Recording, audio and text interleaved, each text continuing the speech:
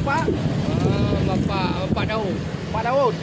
Nyambat. Jadi nyo Jalan tu. nyo ranum. Jalan. Jadi sambilan nama becak. Kat tu. Apa? Dapat tu. Untuk urulan baca tapi tu.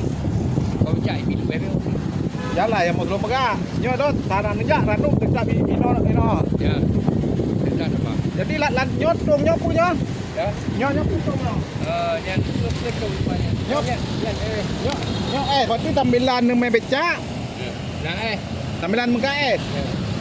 Jadi do pangkalan Pak do. Ada dah. Rumah sakit Jenabidin. Ya. Jadi bagi teman-teman, saudara-saudara alun yang kadang daripada menyonam lupa bapaknya, becak bapaknya goyan umur pika lanjut usia, mungkin cara gimana pegah. Kita bantu hana mungkin karena pinonya teman-teman butuh. Bantu becak goyan menda jadi yang kamu bantu. Rom dema pahala rahmat.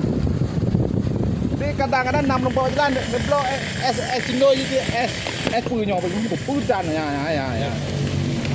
Lilin. Lilin mangadan dong kali lu rata cukup mangadan banyak. Jadi apa yang dekat sini? Jadi apa ada kepeng. Mai do pak tinggal le. Pak tinggal ro.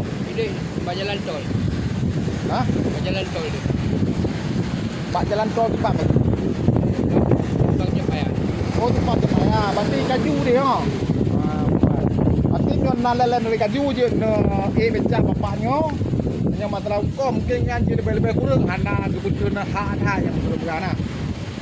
Yang bendera benda ada atau Ada Prabowo. Atas Prabowo juga kan. Memang becak okey lah memang. Alangkah baiknya apabila nak membuat jalan yang pangkalan tetap Pak. Dan ZA. Tadi punya telepon je lah ya ajak lewat. Jin.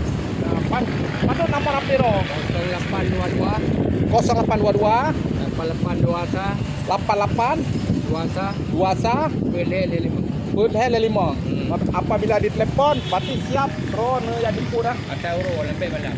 Malam tetero anak pali. Ada benda lupa. Jadi 08 22 22 8821 8821 5. Pulhel 5.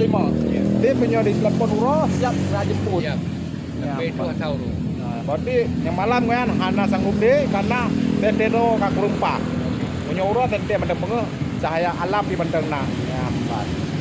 Yang kebenaran saudara apabila nak merempuan jalan jenis tentu becak bapaknya, ada bapaknya. Punya pangkalan tetap balik rumah sakit Jenabidin nah. Okey. Okey, bang.